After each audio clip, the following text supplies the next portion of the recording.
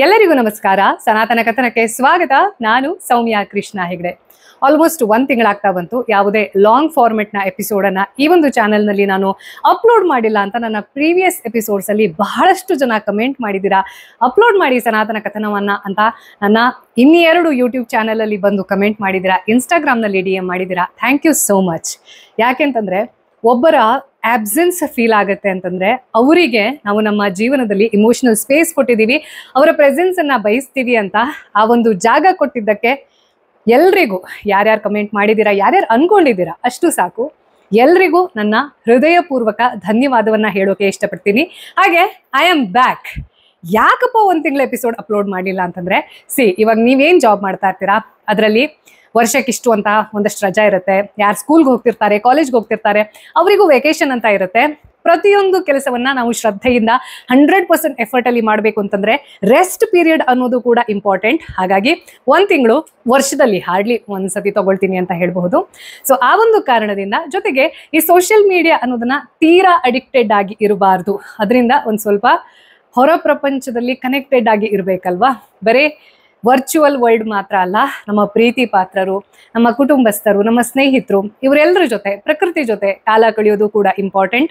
ಅದನ್ನೇ ನಾವು ನಮ್ಮ ಸನಾತನ ಸಂಸ್ಕೃತಿ ಅಂತ ಹೇಳ್ತೀವಿ ಅಂತ ನಾನು ಬಿಲೀವ್ ಮಾಡ್ತೀನಿ, ಪ್ರಾಕ್ಟೀಸ್ ಮಾಡ್ತೀನಿ. So thank you so much. ಪ್ರತಿಯೊಬ್ರು ಯಾರ್ಯಾರು ನನ್ನನ್ನು ಮಿಸ್ ಮಾಡ್ಕೊಂಡಿದ್ದೀರಾ, ಕಾಂಟೆಂಟ್ ಅನ್ನ ಮಿಸ್ ಮಾಡ್ಕೊಂಡಿದ್ದೀರಾ, thank you so much. It means a lot. ಇವತ್ತು ನಾನು ಒಂದು ವೆರಿ ಇಂಟ್ರೆಸ್ಟಿಂಗ್ ಆ್ಯಂಡ್ ನೀವು ಜೀವನದ ಯಾವುದೇ ಹಂತದಲ್ಲಿರಿ, ಸ್ಟೂಡೆಂಟ್ ಆಗಿರಿ, ಕಾಲೇಜ್ಗೆ ಹೋಗೋರಿರಿ, ಅಥವಾ ಜಾಬನ್ನ ಜಸ್ಟ್ ಶುರು ಮಾಡಿದವರಾಗಿರಿ, ಪ್ರೊಫೆಷನಲ್ ಆಗಿರಿ, ಅಥವಾ ಇಳಿ ವಯಸ್ಸಿನಲ್ಲಿ ರಿಟೈರ್ಡ್ ಲೈಫಲ್ಲಿ ಇದ್ದೀರಾ, ಎಲ್ರಿಗೂ ರಿಲೇಟೇಬಲ್ ಆಗುವಂತಹ ಹಾಗೆ ಪ್ರತಿಯೊಬ್ಬ ವ್ಯಕ್ತಿ ಜೀವನದಲ್ಲಿ ಒಂದಲ್ಲ ಒಂದ್ಸತಿ ಆ ಲೋ ಪೇಸ್ ಅನ್ನ ಅನುಭವಿಸ್ತಿರ್ತಾರೆ. ಜೀವನ ಇನ್ನು ಸಾಧ್ಯ ಇಲ್ಲ ಅನ್ನೋಷ್ಟರ ಮಟ್ಟಿಗೆ ಒಂಥರ ಸೂಸೈಡಲ್ ಥಾಟ್ಸ್ ಬರೋದು, ಅಥವಾ ಟೋಟಲ್ ಫೇಲ್ಯೂರ್ ಅನ್ಸೋದು, ಮಿಡ್ ಲೈಫ್ ಕ್ರೈಸಿಸ್ ಅಂತ ಅನ್ಸುತ್ತೆ. ಇದೆಲ್ಲದು ಏನಿರುತ್ತಲ್ಲ, ಒಬ್ರು ಕಮೆಂಟ್ ಮಾಡಿದ್ರು ನನಗೆ, ಯಾವಾಗ ಈ ಸ್ಟೂಡೆಂಟ್ಸ್ದು ರಿಸಲ್ಟ್ ಅನೌನ್ಸ್ ಆಗುತ್ತೆ, ಬಹಳಷ್ಟು ಜನ ನಾನು ಅನ್ಕೊಂಡಷ್ಟು ಮಾರ್ಕ್ಸ್ ಬಂದಿಲ್ಲ, ಪರ್ಸೆಂಟೇಜ್ ಬಂದಿಲ್ಲ ಅಂತ ಸೂಸೈಡ್ ಮಾಡ್ಕೊಳ್ತಾರೆ. ಇನ್ನೂ ಕೆಲವು ಜನ ಔಟ್ ತೆಗಿಯಕ್ಕಾಗಿಲ್ಲ ಅನ್ನೋ ಕಾರಣಕ್ಕೋಸ್ಕರ, ಅಂದ್ರೆ ಜೀವನ ಅಂತಂದ್ರೆ ಕೇವಲ ಒಂದು ಮಾರ್ಕ್ಸ್ಗೆ ಸೀಮಿತಗೊಳಿಸಿ ಅಂತ ಸ್ಟೆಪ್ ಅನ್ನ ತಗೊಳ್ತಾರೆ. ದಯವಿಟ್ಟು ಇದ್ರ ಬಗ್ಗೆ ಏನಾದ್ರು ಮಾತಾಡಿ ಅಂತಾನು ಹೇಳಿದ್ರು. ಹಾಗೆ ನಾನು ಆಗ್ಲೇ ಹೇಳಿದೆ ಅಲ್ಲ, ಜೀವನದ ಯಾವುದೋ ಒಂದು ಹಂತದಲ್ಲಿ ಪ್ರತಿಯೊಬ್ಬ ವ್ಯಕ್ತಿಗೂ ಇಷ್ಟು ಕಷ್ಟ ಹೆಂಗ್ ಹೊರಗೆ ಬರೋದು ಅನ್ನೋದು ಫೀಲ್ ಆಗಿರುತ್ತೆ. ಇವತ್ತಿನ ಎಪಿಸೋಡ್ ಅನ್ನ ಪ್ರತಿಯೊಬ್ರು ಕೂಡ, ಎಸ್ಪೆಷಲಿ ಯಾರಿಗೆ ಜೀವನದಲ್ಲಿ ಒಂದ್ ಸ್ವಲ್ಪ ನಾನು ಅನ್ಕೊಂಡಂಗೆ ಏನು ನಡೀತಾ ಇಲ್ಲ, ನಾನು ಎಷ್ಟೇ ಪ್ರಯತ್ನ ಪಟ್ರು, ಎಷ್ಟೇ ಇಂಟೆನ್ಷನ್ಸ್ ಒಳ್ಳೇದಿದ್ರು, ಏನೇ ಮಾಡಿದ್ರು ಕೂಡ ಒಂಥರ ಯಾರೋ ಹಿಂದೆ ಹಿಡಿದು ಎಳಿತಾರೆ ಅನ್ನೋ ಥರದಲ್ಲಿ ಅನ್ಸುತ್ತಲ್ವಾ.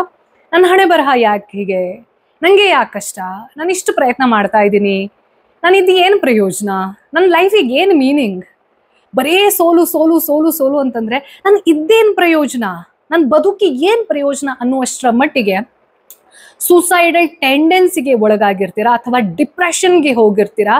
ಮೋಟಿವೇಶನ್ ಅನ್ನೋದು 2 ಸೆಕೆಂಡ್ಗಾದ್ರೂ ಬಂದ್ರೆ ಸಾಕು ಅಂತ ಕಾಯ್ತಾ ಇರ್ತೀರಾ.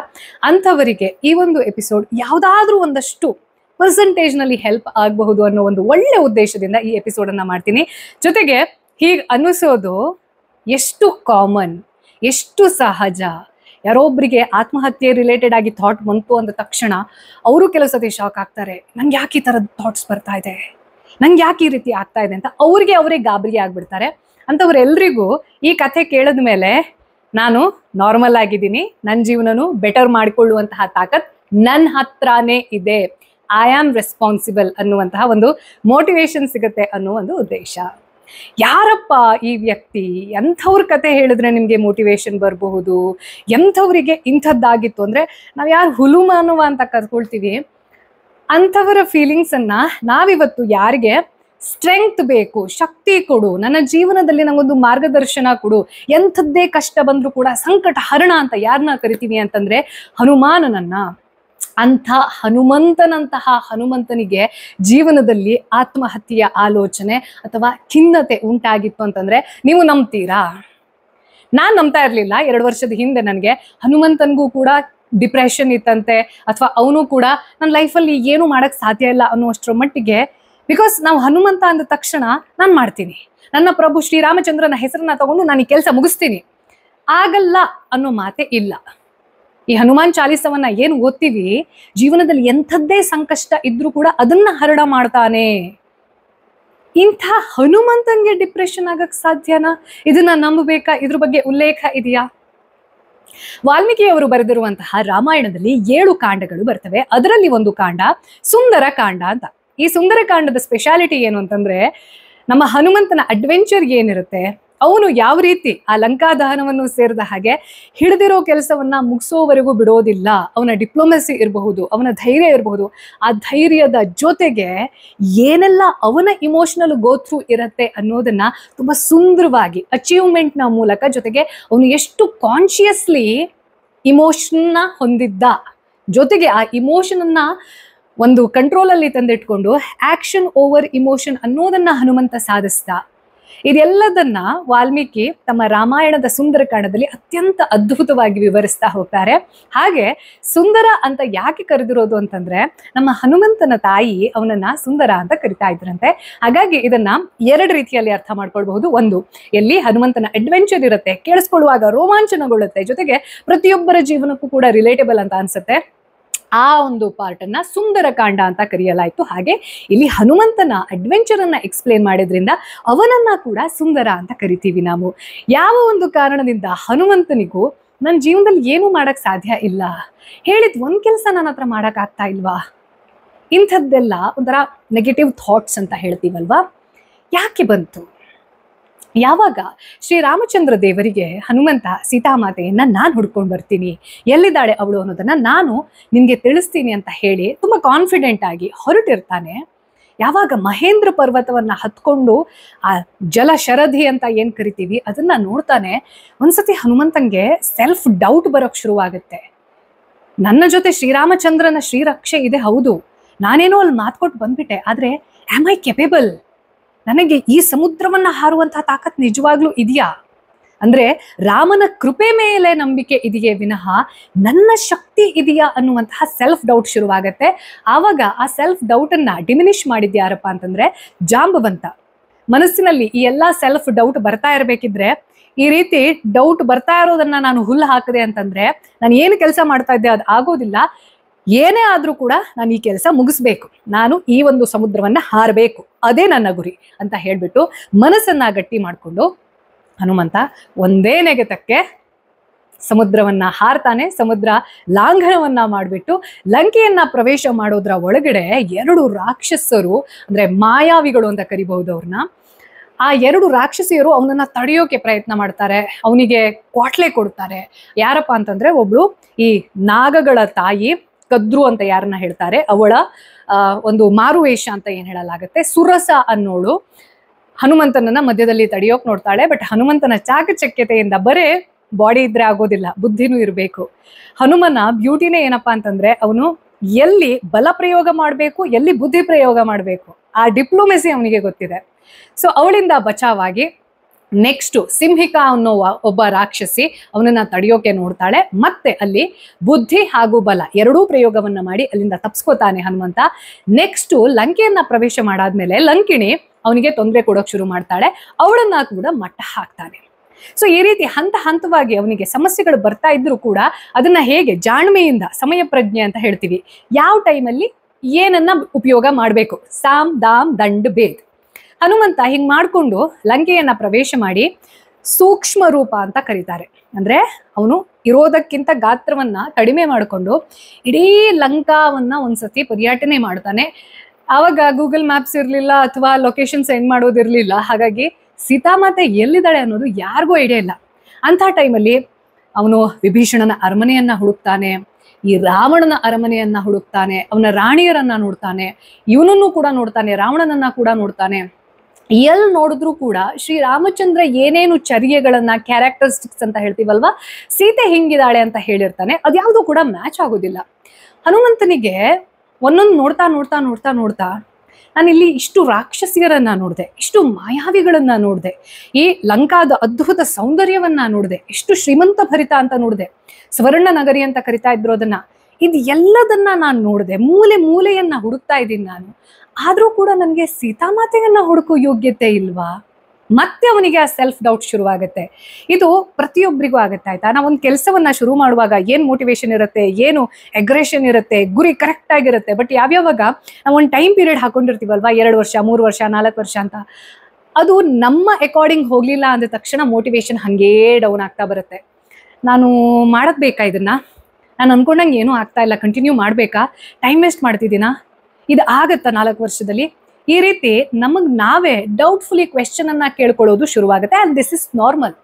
ಹಿಂಗಿದ್ರೇನೆ ನೆಕ್ಸ್ಟ್ ಈ ಒಂದು ರೂಟಲ್ಲಿ ಹೋಗಕ್ ಸಾಧ್ಯ ಇಲ್ಲ, ಇನ್ನೊಂದು ರೂಟಲ್ಲಿ ಟ್ರೈ ಮಾಡೋಣ ಅನ್ನುವಂಥದ್ದು ನಮಗೆ ಹೊಳೆಯೋದು. ಆದ್ರೆ ಈ ಸೆಲ್ಫ್ ಡೌಟ್ ಅನ್ನೋದು, ಸೆಲ್ಫ್ ವರ್ತ್ ಅನ್ನೋದು ಪದೇ ಪದೇ ಕ್ವೆಶ್ಚನ್ಗೆ ನಾವೇ ಕೇಳ್ಕೊಳ್ತಾ ಇದ್ದೀವಿ ಅಂತಂದ್ರೆ, ಈಗ ಹನುಮಂತನಿಗೆ ಏನಾಗ್ತಾ ಇದೆ ಅಲ್ಲ, ನನ್ನ ಪ್ರಭು ಶ್ರೀರಾಮಚಂದ್ರನ ಪತ್ನಿಯನ್ನ ನಾನು ಹುಡುಕ್ಬೇಕು, ನನ್ನ ಮಾತೆಯನ್ನ ನಾನು ಹುಡುಕ್ಬೇಕು. ಆದ್ರೆ ಇಷ್ಟೆಲ್ಲ ಹುಡುಕಿ ನಾನು ಇಡೀ ಲಂಕೆಯನ್ನ ಹುಡುಕಿ ಬಿಸಾಕಿದ್ರು ಕೂಡ ನನಗೆ ಸೀತಾಮಾತೆ ಕಾಣಿಸ್ತಾ ಇಲ್ಲ ಅಂತಂದ್ರೆ ಬಹುಶಃ ಈ ಕೆಲಸಕ್ಕೆ ನಾನು ಯೋಗ್ಯನೇ ಅಲ್ಲ. ಇದನ್ನೇ ಹೇಳೋದು ಸೆಲ್ಫ್ ವರ್ತ್ ಅಂತ. ನಮಗೆ ಆ ಕೆಲಸ ಮಾಡೋಕೆ ನಾವು ಯೋಗ್ಯರೇ ಅಲ್ಲ ಅನ್ನುವಷ್ಟರ ಮಟ್ಟಿಗೆ ನೆಗೆಟಿವ್ ಥಾಟ್ಸ್ ಹುಟ್ಟೋಕೆ ಶುರುವಾಗುತ್ತೆ. ಅದು ಎಷ್ಟರ ಮಟ್ಟಿಗೆ ಹನುಮಂತನಿಗೆ ಹೋಪ್ಲೆಸ್ನೆಸ್ ಅನ್ನೋ ರೀತಿಯಲ್ಲಿ ಫೀಲ್ ಆಗುತ್ತೆ ಅಂತಂದ್ರೆ, ನನಗೆ ಯೋಗ್ಯತೆನೇ ಇಲ್ಲ, ನಾನಲ್ಲಿ ದೊಡ್ಡದಾಗಿ ಮಾತು ಕೊಟ್ಟು ಬಂದಿದ್ದೀನಿ, ನನ್ಗೇನೂ ಅಲ್ಲ, ನನ್ನ ಬದುಕೇ ನಿರರ್ಥಕ, ಸೀತಾ ಮಾತೆಯನ್ನ ಹುಡುಕಿ ಕೊಡ್ತೀನಿ ಅನ್ನೋ ಮಾತು ಕೊಟ್ಟು ಬಂದಿರೋ ನನಗೆ ಈ ಲಂಕೆಯಲ್ಲಿ, ಯಾವ ಲಂಕೆ ಅದನ್ನ ಕೂಡ ನಾವು ಗಮನಿಸ್ಬೇಕು, ರಾವಣ ಅತ್ಯಂತ ದೊಡ್ಡ ಜ್ಯೋತಿಷಿ, ಪಂಡಿತ, ಹಾಗೆ ಮಾಂತ್ರಿಕ ಕೂಡ, ಇಡೀ ಸ್ವರ್ಣ ನಗರಿಯನ್ನ ಇಲ್ಯೂಷನ್ ರೀತಿ ಕೂಡ ಕ್ರಿಯೇಟ್ ಮಾಡಿದ್ದ. ಅಲ್ಲಿರುವಂತಹ ರಾಕ್ಷಸಿಯರು ಕೂಡ ಮಾಯಾವಿಗಳು, ರಾಕ್ಷಸರು ಕೂಡ ಮಾಯಾವಿಗಳು, ಅವನ ಕೈಯಾಳು ಕಾಲಾಳು ಯಾರಿರ್ತಾರೆ ಅವರೆಲ್ಲರೂ ಸಾಮಾನ್ಯ ವ್ಯಕ್ತಿಗಳಲ್ಲ. ಅಂತವ್ರೆಲ್ಲರ ಮಧ್ಯದಲ್ಲಿ ಬಚಾವಾಗಿ ಸೀತಾಮಾತೆಯನ್ನ ಹುಡುಕೋದು ಅಂತಂದ್ರೆ ಇಮ್ಯಾಜಿನ್ ಮಾಡಿ. ಇದೆಲ್ಲದನ್ನ ಇಮ್ಯಾಜಿನ್ ಮಾಡಿ ನಾನು ಇದೆಲ್ಲ ಮಾಡ್ತೀನಿ, ಎಲ್ಲ ಕಷ್ಟಗಳನ್ನ ನಾನು ಸಹಿಸ್ಕೊಳ್ತೀನಿ ಅಂತ ಹೊರಟಿರೋನೇ ನಮ್ಮ ಹನುಮ. ಆದ್ರೆ ಅವನಿಗೆ ಇವಾಗ ಡೌಟ್ ಶುರುವಾಗುತ್ತೆ, ಇಷ್ಟು ದಿನಗಳ ನಂತರ ನಾನು ಹುಡುಕಿದ್ರು ಸೀತಾಮಾತೆಯನ್ನ ಹುಡುಕಕ್ಕಾಗ್ಲಿಲ್ಲ ಅಂತಂದ್ರೆ ನನ್ನ ಬದುಕು ಏನ್ ಪ್ರಯೋಜನ? ನಾನು ಈ ಮುಖ ಇಟ್ಕೊಂಡು ನಾನು ವಾಪಸ್ ನನ್ನ ಪ್ರಭು ಶ್ರೀರಾಮಚಂದ್ರನಿಗೆ ಹೋಗಿ ನನ್ನ ಹತ್ರ ಆಗ್ಲಿಲ್ಲ ಅಂತ ಹೇಳಕ್ ಆಗಲ್ಲ, ನಾನು ಸತ್ತೋದ್ರೆ ಒಳ್ಳೇದಿತ್ತೇನೋ, ನನ್ನ ಈ ಬದುಕೇ ನಿರರ್ಥಕನೇನೋ ಅನ್ನುವಂತಹ ನೆಗೆಟಿವ್ ಥಾಟ್ಸ್, ಅವನಿಗೆ ಸೆಲ್ಫ್ ಟಾಕ್ ಶುರುವಾಗುತ್ತೆ. ಈ ಇಮೋಷನಲ್ ರೋಲರ್ ಕೋಸ್ಟರ್ ಹೋಗ್ತಾ ಇರಬೇಕಿದ್ರೆ ಒಂದು ಸಮಯದಲ್ಲಿ ಹನುಮಂತ, ನನ್ನ ಇಮೋಷನ್ಸ್ ಇಂದ ಏನೂ ಮಾಡೋಕೆ ಸಾಧ್ಯ ಇಲ್ಲ, ಈ ಇಮೋಷನ್ಸ್ ಅನ್ನ ಕಂಟ್ರೋಲ್ ಮಾಡಿ ನನ್ನ ಗುರಿ ಏನು, ಶತಾಯ ಗತಾಯ, 2 ತಿಂಗಳಾಗತ್ತಾ, 20 ವರ್ಷ ಆಗತ್ತಾ, ನಾನು ವಾಪಸ್ ಮುಖ ತೋರಿಸ್ಬೇಕು ಅಂತಂದ್ರೆ ಸೀತಾಮಾತೆ ಎಲ್ಲಿದ್ದಾಳೆ ಅನ್ನೋದನ್ನ ಹುಡುಕೊಂಡೇ ಹೋಗ್ತೀನಿ ಅನ್ನೋದನ್ನ ಮನಸ್ಸು ಗಟ್ಟಿಗೊಳಿಸ್ತಾನೆ. ಯಾವಾಗ ಈ ಭ್ರಮೆಗಳಿರತ್ತಲ್ವಾ, ಇದಾಗತ್ತಾ ಬಿಡತ್ತಾ ಮತ್ತೊಂದು ಇದೆಲ್ಲ ಭಗವದ್ಗೀತೆಯಲ್ಲಿ ಅರ್ಜುನನಿಗೂ ಕೂಡ ಆಗಿದ್ದಿದೆ. ನನ್ನ ಸಂಬಂಧಿಕರೇ, ನನ್ನ ಗುರುಗಳೇ, ನನ್ನ ರಕ್ತ ಸಂಬಂಧಿ, ನಾನು ಅವ್ರನ್ನ ಕ್ಷಮಿಸ್ಬಿಡ್ಲಾ, ಅವ್ರಿಗೇನ್ ಮಾಡ್ತಿದ್ದಾರೆ ಅನ್ನೋದು ಗೊತ್ತಿಲ್ಲ, ಅವರೆಲ್ಲ ಅಜ್ಞಾನಿಗಳು, ನನ್ನಿಂದ ಇಂಥ ಕ್ರೌರ್ಯ ಆಗ್ಬೇಕಾ, ನಾನು ಇಷ್ಟು ದೊಡ್ಡ ಕೊಲೆಗಾರ ಆಗ್ಬೇಕಾ? ಇದೆಲ್ಲ ದ್ವಂದ್ವಗಳು ಅರ್ಜುನನಿಗೆ ತಲೆಯಲ್ಲಿ ಹೊಕ್ಕಿರುವಾಗ ಒಬ್ಬ ಶ್ರೀಕೃಷ್ಣ ಪರಮಾತ್ಮ, ಇದ್ಯಾವುದಕ್ಕೂ ನಿನಗೆ ಸಂಬಂಧ ಇಲ್ಲ, ನೀನಿಲ್ಲ ಅಂತಂದ್ರೆ ಇನ್ನೊಬ್ಬರ ಕೈಯಲ್ಲಿ ನಾನು ಮಾಡಿಸ್ತೀನಿ, ನೀನು ನಿಮಿತ್ತ ಮಾತ್ರ, ಬಾಣ ಹೂಡು ಅಂತ ಹೇಳ್ತಾನಲ್ವಾ. ಆ ಧೈರ್ಯ ಅನ್ನೋದು, ಅದೆಲ್ಲ 100 ಆಲೋಚನೆಗಳನ್ನ ಪಕ್ಕಕ್ಕೆ ಸರಿಸಿ, ನನ್ನ ಗುರಿ ಇದು, ನನ್ನ ಕರ್ಮ ಇದು, ನಾನು ಇದನ್ನ ಮಾಡ್ತೀನಿ, ಇದರ ಫಲ ಏನೇ ಆದ್ರೂ ಕೂಡ ಅದು ನನ್ನ ಸ್ವಾಮಿತ್ವದಲ್ಲಿ ಇರುವಂಥದ್ದಲ್ಲ, ನಾನು ನಿಮಿತ್ತ ಮಾತ್ರ. ಹಾಗಾಗಿ ಅಲ್ಲಿ ಅರ್ಜುನನ ಪರಿಸ್ಥಿತಿ ಏನಿತ್ತಲ್ಲ ದ್ವಾಪರ ಯುಗದಲ್ಲಿ, ಅದೇ ಪರಿಸ್ಥಿತಿ ನಮ್ಮ ಹನುಮಂತನಿಗೂ ಕೂಡ ಆಗಿತ್ತು. ಪ್ರತಿಯೊಬ್ಬ ಶಕ್ತಿವಂತ, ಬುದ್ಧಿವಂತ, ಸಮರ್ಥವಾಗಿರುವಂತಹ ಯೋಧನಿಗೂ ಕೂಡ ಸೆಲ್ಫ್ ಡೌಟ್ ಇರಬೇಕು. ಆದ್ರೆ ಆ ಸೆಲ್ಫ್ ಡೌಟ್ ಅಲ್ಲಿ, ನೆಗೆಟಿವ್ ಥಾಟ್ಸ್ ಅಲ್ಲಿ, ಡಿಪ್ರೆಷನ್ ಅಲ್ಲಿ, ಇಮೋಷನ್ಸ್ ಇಂದ ಕ್ಯಾರಿಡ್ ಅವೇ ಆಗಿ ನಮ್ಮ ಆಕ್ಷನ್ ಏನಿರ್ಬೇಕಾಗಿತ್ತು, ನನ್ನ ಕರ್ಮ ಏನು, ನನ್ನ ರೆಸ್ಪಾನ್ಸಿಬಿಲಿಟಿ ಏನು, ಜವಾಬ್ದಾರಿ ಏನು, ಗುರಿ ಏನು ಅನ್ನೋದನ್ನ ಮರೆತ್ವಿ ಅಂತಂದ್ರೆ ನಾವು ಇವತ್ತು ಹನುಮಂತನ ಬಗ್ಗೆ ಮಾತಾಡ್ತಾ ಇರ್ಲಿಲ್ಲ, ಅರ್ಜುನನ್ ಬಗ್ಗೆ ಮಾತಾಡ್ತಾ ಇರ್ಲಿಲ್ಲ. ಕರೆಕ್ಟಾ? ತನ್ನ ಇಮೋಷನ್ಸ್ ಏನೇನಿತ್ತು ಅನ್ನೋದನ್ನ ಅರ್ಥ ಮಾಡಿಕೊಂಡು ಆ ಇಮೋಷನ್ಸ್ ಇಂದ ಇಮಿಡಿಯೇಟ್ಲಿ ನನ್ನ ಗುರಿ ಏನು ಅನ್ನೋದನ್ನ ಕಾನ್ಸಂಟ್ರೇಟ್ ಮಾಡಿ, ಫೋಕಸ್ ಮಾಡಿ, ಮತ್ತೆ ಸೀತೆಯನ್ನ ಹುಡುಕ್ತೀನಿ ನಾನು ಅಂತ ಕೊನೆಗೆ ಅಶೋಕವನದಲ್ಲಿ ಸೀತಾಮಾತೆ ಕೂತಿರೋದನ್ನ ನೋಡಿ ಸೀತಾಮಾತೆ ಹತ್ರ ಮಾತಾಡಿ, ನಾನು ಶ್ರೀರಾಮಚಂದ್ರನ ಬಂಟ, ಅಮ್ಮ ನಿಮ್ಮನ್ನ ಕರ್ಕೊಂಡು ಹೋಗಿ ಬಂದಿದ್ದೀನಿ, ಬನ್ನಿ ಕೂತ್ಕೊಳ್ಳಿ ಅಂತ ಹೇಳ್ಬಿಟ್ಟು ತನ್ನ ಭುಜವನ್ನ ತೋರಿಸ್ತಾನೆ. ಆದ್ರೆ ಸೀತಾಮಾತೆ ನಂಬೋದಿಲ್ಲ. ಯಾಕೆಂತಂದ್ರೆ ಪ್ರತಿದಿನ ಈ ರಾವಣಂದು ಒಂದು ನಾಟಕ ಇರುತ್ತೆ. ಅವನಾಗಿ ಬರೋದು, ಇವನಾಗಿ ಬರೋದು, ಮತ್ತೊಬ್ಬನಾಗಿ ಬರೋದು, ಶ್ರೀರಾಮಚಂದ್ರ ಆಗಿ ಬಂದ್ಬಿಟ್ರೆ ಅಂತಾನೂ ಭಯ ಇರುತ್ತೆ ಸೀತಾಮಾತೆಗೆ. ಆದ್ರೆ ಪ್ರತಿ ಸತಿ ಈ ರಾವಣನ ಅದೆಂಥ ಮಾಯಾಜಾಲ ಮಾಡ್ಕೊಂಡಿದ್ರು ಕೂಡ ಅದೆಲ್ಲವನ್ನ ಭೇದಿಸಿ ನೀಚ ನನ್ನ ಹತ್ರ ಬರ್ಬೇಡ ಅಂತ ಬೈದು ಕಳಿಸ್ತಾ ಇರ್ತಾಳೆ ನಮ್ಮ ಸೀತಾಮಾತೆ. ಆದ್ರೆ ಯಾವ್ಯಾವಾಗ ಇವನು ಕಥೆಯನ್ನ ಹೇಳ್ತಾನೆ, ಶ್ರೀರಾಮಚಂದ್ರ ಹೇಗಿದ್ದಾನೆ ಅನ್ನೋದನ್ನ ಹೇಳ್ತಾನೆ, ಜೊತೆಗೆ ಆಕೆಯ ಒಂದು ಗುರುತನ್ನ ಶ್ರೀರಾಮಚಂದ್ರ ಏನಿಟ್ಕೊಂಡಿರ್ತಾನೆ, ಚೂಡಾಮಣಿ ಅಂತ ಹೇಳ್ತಾರೆ ಕೆಲವು ಜನ, ಇನ್ನು ಕೆಲವು ಜನ ಉಂಗ್ರ ಅಂತ ಹೇಳ್ತಾರೆ. ಸೊ ಅದನ್ನ ತೋರಿಸಿದ ಮೇಲೆ ಸೀತಾಮಾತೆಗೆ ನಂಬಿಕೆ ಬರುತ್ತೆ. ಅವಳು ಹೇಳೋದೇನಪ್ಪಾ ಅಂತಂದ್ರೆ, ನಾನಿಲ್ಲಿಂದ ಬಚಾವಾಗಿ ಬರೋದಷ್ಟೇ ಇಂಪಾರ್ಟೆಂಟ್ ಅಲ್ಲ, ಮತ್ತೆ ಯಾರಿಗೂ ಯಾವುದೇ ಸ್ತ್ರೀಗೂ ಕೂಡ ಇಂಥ ಅವಮಾನ, ಇಂಥ ಕಷ್ಟ, ಈ ದುಷ್ಟ ಕೊಡಬಾರದು. ಹಾಗಾಗಿ ನನ್ನ ಪ್ರಭು ಶ್ರೀರಾಮಚಂದ್ರ ಇಲ್ಲಿಗೆ ಬಂದು ಈ ದುಷ್ಟನನ್ನ ಸಂಹಾರ ಮಾಡಿ ನನ್ನನ್ನ ಕರ್ಕೊಂಡು ಹೋಗ್ತಾರೆ ಅನ್ನೋ ನಂಬಿಕೆ ಇದೆ. ಅಲ್ಲಿವರೆಗೂ ನಾನು ಕಾಯ್ತೀನಿ ಅನ್ನೋದನ್ನ ಹೇಳ್ತಾರೆ ನಮ್ಮ ಸೀತಾಮಾತೆ. ಗಂಡ ಹೆಂಡತಿಯ ನಂಬಿಕೆ ನೋಡಿ, ಏನೂ ಕಮ್ಯುನಿಕೇಶನ್ ಇಲ್ಲ, ಎಲ್ಲಿದ್ದಾರೆ ಅಂತ ಇಬ್ರಿಗೂ ಗೊತ್ತಿಲ್ಲ, ಆದ್ರೆ ಆ ನಂಬಿಕೆ ಇದೆ ಅಲ್ಲ, ದಿಸ್ ಇಸ್ ದ ಬ್ಯೂಟಿ.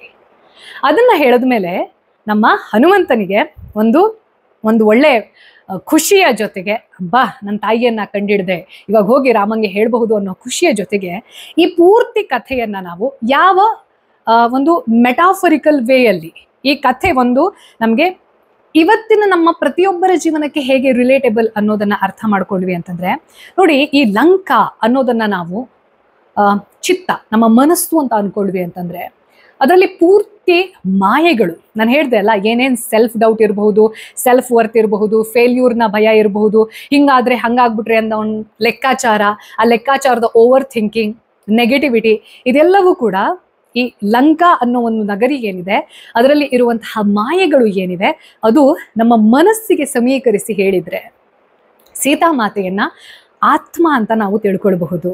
ಯಾಕೆ? ಈ ಆತ್ಮದ ಗುಣನೇ ಏನು ಅಂತಂದ್ರೆ ಶಾಂತಿ, ಪ್ರೀತಿ, ಸಂಯಮ, ಪ್ಯೂರಿಟಿ. ಸೀತಾಮಾತೆ ಅಂಥ ಪ್ರದೇಶದಲ್ಲೂ ಕೂಡ ಸ್ಥಿತಪ್ರಜ್ಞಳಾಗಿದ್ಲು, ನಂಬಿಕೆ ಇತ್ತು ಅವಳಿಗೆ. ಅದು ಎಂಥದ್ದೇ ರಾಕ್ಷಸರು ಎಲ್ಲರೂ ಇದ್ರೂ ಕೂಡ ಅವಳ ನಂಬಿಕೆಯನ್ನ ಅಲ್ಲಾಡ್ಸಕ್ಕೆ, ಅವಳನ್ನ ಮುಟ್ಟಕ್ಕೆ ಕೂಡ ಯಾರ ಹತ್ರನೂ ಆಗ್ಲಿಲ್ಲ. ಅದನ್ನೇ ನಾವು ಶುದ್ಧತೆ, ಪರಿಶುದ್ಧ ಅಂತ ಏನಕ್ಕೆ ಕರಿತೀವಿ ಸೀತಾಮಾತೆಯನ್ನ ಅಂತಂದ್ರೆ, ಆ ಎಲ್ಲ ಸರ್ಕಮ್ಸ್ಟೆನ್ಸಸ್ ಇದ್ರೂ ಕೂಡ ಶಿ ಸ್ಟೇಡ್ ಸ್ಟ್ರಾಂಗ್. ಇದನ್ನ ಆತ್ಮ ಅಂತ ಕರಿತೀವಿ. ಅಂದ್ರೆ ಆ ಆತ್ಮದ ಗುಣವನ್ನ ಯಾರಿಗೂ ಮಲಿನಗೊಳಿಸೋಕೆ ಸಾಧ್ಯ ಇಲ್ಲ. ಇನ್ನು ಹನುಮಂತನನ್ನ ಯಾವ ರೀತಿ ನಾವು ತಗೋಬಹುದು ಅಂತಂದ್ರೆ, ಸ್ಥಿತ ಪ್ರಜ್ಞತೆಯ ಜೊತೆಗೆ ಪ್ರಯತ್ನ. ಅಂದ್ರೆ ಅಷ್ಟೆಲ್ಲ ನೆಗೆಟಿವ್ ಥಾಟ್ಸ್ ಬಂದ್ಮೇಲೂ, ಡಿಪ್ರೆಸಿವ್ ಮೈಂಡ್ಸೆಟ್ ಇದ್ರು, ತನ್ನ ಬಗ್ಗೆ ತನಗೆ ಸೆಲ್ಫ್ ಡೌಟ್ ಉಂಟಾದ್ರೂ ಕೂಡ ನಾನು ಸತ್ತೋಗೋದೇ ಬೆಟರ್, ನನ್ನ ಜೀವನ ನಿರರ್ಥಕ ಅನ್ನುವಷ್ಟರ ಮಟ್ಟಿಗೆ ಒಂದು ನೆಗೆಟಿವ್ ಥಾಟ್ ಬಂದ್ರೂ ಕೂಡ ಅದನ್ನ ಹುಲ್ಲು ಹಾಕಿ ಮೇಯಿಸಿ ದೊಡ್ಡದು ಮಾಡದ್ದೆ. ಅದೇ ಒಂದು ಪ್ರಪಾತಕ್ಕೆ ಬಿದ್ದು ಖಿನ್ನತೆಗೆ ಒಳಗಾಗಿ ಇಲ್ಲ ನಂಗೆ ಸಿಗಲ್ಲ ಅಂತ ಅಳ್ಳೇ ಇದ್ದಿದ್ರೆ ಇವತ್ತು ನಮ್ಗೆ ರಾಮಾಯಣ ಕೇಳೋಕೆ ಅಥವಾ ಅದರ ಆದರ್ಶಗಳು ಸಿಗ್ತಾ ಇರಲಿಲ್ಲ. ಹನುಮಂತ ಆ ಎಲ್ಲಾ ಸೆಲ್ಫ್ ಡೌಟ್, ಡಿಪ್ರೆಷನ್, ಸುಸೈಡಲ್ ಥಾಟ್ಸ್ನ ನಡುವೆ ಈ ಎಲ್ಲಾ ಇಮೋಷನ್ಸ್ನ ಕಂಟ್ರೋಲ್ ಮಾಡಿಬಿಟ್ಟು ಆಕ್ಷನ್ಗೆ ಮಹತ್ವವನ್ನ ಕೊಡ್ತಾನೆ. ಅಂದ್ರೆ ಈ ಪ್ರಾಜ್ಞ ಪ್ರಯತ್ನ, ಕಾನ್ಶಿಯಸ್ನೆಸ್ ಅಂತ ಏನ್ ಹೇಳ್ತೀವಿ, ಕಾನ್ಶಿಯಸ್ ಎಫರ್ಟ್ ಅಂತ ಏನ್ ಹೇಳ್ತೀವಿ, ಅದಿತ್ತು ಅಂತಂದ್ರೆ ನಾವು ಇಂಥ ಲಂಕಾದಂತಹ ಮಾಯಾ ಯಾವುದು ನಮ್ಮ ಮನಸ್ಸಾಗಿರುತ್ತೆ ಅದರ ಮಾಯೆಯನ್ನ ಹೊಡೆದು ಹಾಕಿ ಆತ್ಮವನ್ನ ಪರಮಾತ್ಮ ಅಂತಂದ್ರೆ ಯಾರು? ಇಲ್ಲಿ ಶ್ರೀರಾಮಚಂದ್ರ. ಸೀತೆ ಹಾಗೂ ಶ್ರೀರಾಮನನ್ನ ಒಟ್ಟುಗೂಡಿಸಿದ್ದೆ ಹನುಮಂತ. ಅದು ಹೇಗೆ ಆಯ್ತು ಅಂತಂದ್ರೆ, ಈ ಆತ್ಮ ಮತ್ತು ಪರಮಾತ್ಮದ ಜೋಡಣೆ ಹೇಗಾಯ್ತು ಅಂತಂದ್ರೆ, ಮಿಲನ ಹೇಗಾಯ್ತು ಅಂತಂದ್ರೆ ಸ್ಥಿತಪ್ರಜ್ಞ ಪ್ರಯತ್ನದಿಂದ. Action over emotion with conscious effort. So ಯಾರೆಲ್ಲ ನಿಮ್ಮ ಜೀವನದಲ್ಲಿ ನಾನು ಅನ್ಕೊಂಡಂಗೆ ಏನೂ ಆಗ್ತಾ ಇಲ್ಲ, ಜಾಬ್ ರಿಲೇಟೆಡ್ ಫ್ರಸ್ಟ್ರೇಷನ್ ಇದೆ, ಅಥವಾ ನಿಮ್ಮ ಮ್ಯಾರಿಡ್ ಲೈಫಲ್ಲಿ ಪ್ರಾಬ್ಲಮ್ ಇದೆ, ಅಥವಾ ಮದುವೆ ರಿಲೇಟೆಡ್ ಏನೋ ಇಶ್ಯೂ ಇದೆ, ಅಪ್ಪ ಅಮ್ಮ ನಿಮ್ಮ ಜನ್ರೇಷನ್ ಅಲ್ಲಿ ಏನಿದೆ ಥಾಟ್ಸ್ ಅದನ್ನ ಅರ್ಥ ಮಾಡ್ಕೊಳ್ತಾ ಇಲ್ಲ, ಅಥವಾ ಫ್ರೆಂಡ್ಸ್ ಮಧ್ಯೆ ಏನೋ ಡಿಸ್ಅಗ್ರಿಮೆಂಟ್ ಇದೆ, ಈ ತರ ಪ್ರತಿಯೊಬ್ಬರಿಗೂ ಜೀವನದಲ್ಲಿ ಅಟ್ಲೀಸ್ಟ್ 2-3 ಪ್ರಾಬ್ಲಮ್ ಅಂತೂ ಇರುತ್ತೆ. ಅವ್ನು ಎಂಥ ರಿಚ್ ಪರ್ಸ್ನಾಲಿಟಿ ಆಗಿರ್ಲಿ, ಎಂಥ ಗ್ರೇಟ್ ಮೆಚ್ಯೂರ್ಡ್ ಏನೇ ಆಗಿದ್ರು ಕೂಡ ನಾವೆಲ್ಲರೂ ಹುಲು ಮಾನವರೇ. ಸೊ ಅಂಥವ್ರು ಯಾರು ಈ ಎಪಿಸೋಡನ್ನು ಕೇಳಿಸ್ಕೊಳ್ತಾ ಇದ್ದೀರಾ, ದಯವಿಟ್ಟು ಈ ಎಪಿಸೋಡನ್ನು ಯಾರು ಅವರ ಜೀವನದ ಲೋಯೆಸ್ಟ್ ಪೇಸಲ್ಲಿ ಇದ್ದಾರೆ ಅವರಿಗೆ ಕಳಿಸಿ. ಅಂಥ ಹನುಮಂತನಿಗೆ ಜೀವನದಲ್ಲಿ ತನ್ನ ವರ್ತ್ ಬಗ್ಗೆ ಡೌಟ್ ಇತ್ತು, ಆದರೆ ಆ ಡೌಟನ್ನು ಓವರ್ಕಮ್ ಹೇಗೆ ಮಾಡ್ದ, ಇದು ನಮ್ಮ ಆದರ್ಶ. ಹಾಗೆ ನಾವು ಸಂಕಟ ಹರಣ, ಅವನನ್ನ ಸರ್ವಶಕ್ತ, ನಾವು ಎಂಥದ್ದೇ ಮೋಟಿವೇಶನ್ ಬೇಕು ಅಂತಂದ್ರೂ ಹನುಮಂತನನ್ನ ಯಾಕೆ ಆದರ್ಶವಾಗಿ ಇಟ್ಕೊಳ್ತೀವಿ ಅನ್ನೋದಕ್ಕೂ ಕಾರಣ ಇದೆ. ಹನುಮಾನ್ ಚಾಲಿಸದಲ್ಲಿ ಬರುವಂತಹ ಪ್ರತಿಯೊಂದು ಲೈನ್ ಇರುತ್ತಲ್ವಾ, ಅದರಲ್ಲಿ ಹನುಮಂತನ ವ್ಯಕ್ತಿತ್ವದ ಜೊತೆಗೆ ಅವನ ವಿಶೇಷ ಗುಣಗಳು ಏನು, ಅವನು ಪ್ರತಿ ಸತಿ ತನ್ನ ಕೆಲಸವನ್ನ ಶ್ರೀರಾಮಚಂದ್ರನಿಗೆ ಅರ್ಪಣೆ ಮಾಡ್ತಾ ಇದ್ದ. ನಾನು ನಿಮಿತ್ತ ಮಾತ್ರ, ನನ್ನ ಪ್ರಭು ನನ್ನ ಶಕ್ತಿ, ಇದಿದೆ ಅಲ್ಲ, ಇದು ದ ಹೈಯೆಸ್ಟ್ ಫಾರ್ಮ್ ಆಫ್ ಭಕ್ತಿ. ತಾನು ಏನೇ ಮಾಡಿದ್ರು ಕೂಡ ತನ್ನ ಪ್ರಭುವಿಗೆ ಡೆಡಿಕೇಟೆಡ್. ನನ್ನ ಮೂಲಕ ಅವನ ಶಕ್ತಿ ಪ್ರಕಟ ಆಗ್ತಾ ಇದೆ. ಬಟ್ ಅದ್ರ ಒಳಗಡೆ ಯಾರ ಎಫರ್ಟ್ ಇರೋದು? ಹನುಮಂತನ ಎಫರ್ಟ್. ಇಲ್ಲಿ ಆ ಹ್ಯೂಮನ್ ಎಫರ್ಟ್ ಅನ್ನೋದು ಎಷ್ಟು ಇಂಪಾರ್ಟೆಂಟ್ ಅನ್ನೋದನ್ನ ಸುಂದರಕಾಂಡದಲ್ಲಿ ಹನುಮಂತನ ಮೂಲಕ, ಅವನ ಅಡ್ವೆಂಚರ್ಸ್ನ ಮೂಲಕ ವಾಲ್ಮೀಕಿ ಋಷಿಗಳು ರಾಮಾಯಣದಲ್ಲಿ ಏನೇನು ನಡೆದಿದೆ ಅನ್ನೋದನ್ನ ನಮ್ಗೆ ಹೇಳ್ತಾ ಹೋಗ್ತಾರೆ. ನಾನು ಪ್ರತಿ ಸತಿ ಹೇಳ್ತಾ ಇರ್ತೀನಿ, ನಮ್ಮ ಪುರಾಣದ ಹಲವಷ್ಟು ಕಥೆಗಳು ಏನೋ ಕಥೆ ಕೇಳಿದ್ವಿ ಬಿಟ್ವಿ ಅಂತಲ್ಲ, ಅದರಲ್ಲಿ ಕೋಡೆಡ್ ಇನ್ಫಾರ್ಮೇಶನ್ ಇರುತ್ತೆ. ನಾನು ಹೇಳಿದೆ ಅಲ್ಲ ಇವಾಗ, ಲಂಕಾ ನಗರಿ ಅಂತಂದ್ರೆ ಚಿತ್ತ, ಅದರಲ್ಲಿ ಇರುವಂತಹ ಮಾಯೆ, ಸೀತಾಮಾತೆ ಅಂತಂದ್ರೆ ಆತ್ಮ, ಆ ಆತ್ಮದ ಪರಿಶುದ್ಧತೆ, ಅವಳನ್ನ ಶ್ರೀರಾಮಚಂದ್ರ ಅನ್ನೋ ಪರಮಾತ್ಮನಿಗೆ ಮಿಲನ ಮಾಡಿಸಿದ್ದು ಹನುಮ ಅನ್ನುವಂತಹ ಹ್ಯೂಮನ್ ಕಾನ್ಶಿಯಸ್ ಎಫರ್ಟ್. ಸೊ ಇದು ಕೋಡೆಡ್ ಇನ್ಫಾರ್ಮೇಶನ್. ಈ ಕೋಡೆಡ್ ಇನ್ಫಾರ್ಮೇಶನ್ ನಮ್ಮ ಪ್ರತಿಯೊಬ್ಬರ ಜೀವನಕ್ಕೆ ರಿಲೇಟಬಲ್. ಕರೆಕ್ಟಾ? ಇದು ಈ ವಾರದ ಸನಾತನ ಕಥನ. ಮತ್ತೆ ನಿಮ್ಮ ಭೇಟಿ ಬರುವ ಭಾನುವಾರ ಬೆಳಗ್ಗೆ ಶಾರ್ಪ್ 9 o'clock. ಲೋಕ ಸಮಸ್ತ ಸುಖಿನೋ ಭವಂತು.